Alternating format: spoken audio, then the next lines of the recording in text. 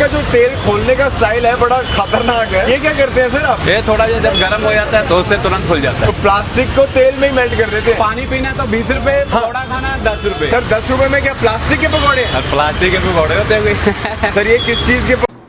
നിങ്ങൾ ഈ വീഡിയോ കണ്ടായിരുന്നോ? ഇൻസ്റ്റാഗ്രാമിൽ ഹാരി ഉപ്പൽ എന്ന് പറയുന്ന ഒരു ഇൻസ്റ്റാഗ്രാം പോർട്ടലിനകത്ത് ഷെയർ ചെയ്യപ്പെട്ട വീഡിയോ ആണ്. സംഭവം നടക്കുന്നത് നോർത്ത് ഇന്ത്യയിലാണ്. അവിടെ ഈ പാചകത്തിന് വേണ്ടിയിട്ട് എണ്ണ എടുക്കുന്ന സമയത്ത് എണ്ണ പാക്കറ്റുകൾ ഒരുമിച്ച് തിളയ്ക്കുന്ന എണ്ണയിലേക്ക് മുക്കുന്നു. തിളച്ച എണ്ണയിൽ മുക്കുമ്പോൾ ആ ചൂട് കൊണ്ട് പ്ലാസ്റ്റിക് ഉരുകുകയും എണ്ണ പെട്ടെന്ന് അവിടെ കൂട്ടിയിരിക്കുന്ന എണ്ണയിലേക്ക് മിക്സപ്പ് ചെയ്യുകയും ചെയ്യും. ഇവിടെ എണ്ണ മാത്രമല്ല മിക്സ് ആകുന്നത്, പ്ലാസ്റ്റിക് ഇവിടെ മിക്സ് ആകുന്നുണ്ട്. ഇതാണ് വറുത്ത് കോരപ്പെടുന്ന ഈ വടകൾക്കകത്തേക്ക് മിക്സ് ആകുന്നത്.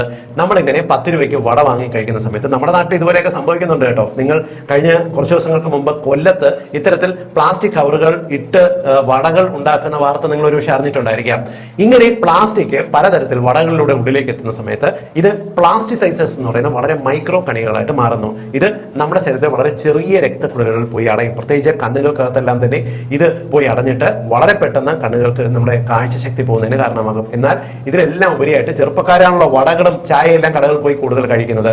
ചെറുപ്പക്കാരിൽ പ്രത്യേകിച്ച് പുരുഷന്മാർക്ക് അവരുടെ വൃഷണത്തിനകത്തേക്കുള്ള രക്തക്കുഴലുകൾ പോയി അടയും.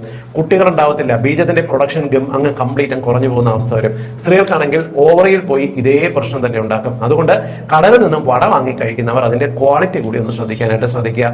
പ്രത്യേകിച്ച് കടകളിൽ നിന്നും ഇത്തരത്തിലുള്ള ഭക്ഷണം വാങ്ങി കഴിക്കുന്നവരുടെ അറിവിലേക്കായിട്ട് നിങ്ങൾ ഈ വീഡിയോ ഷെയർ ചെയ്യുക.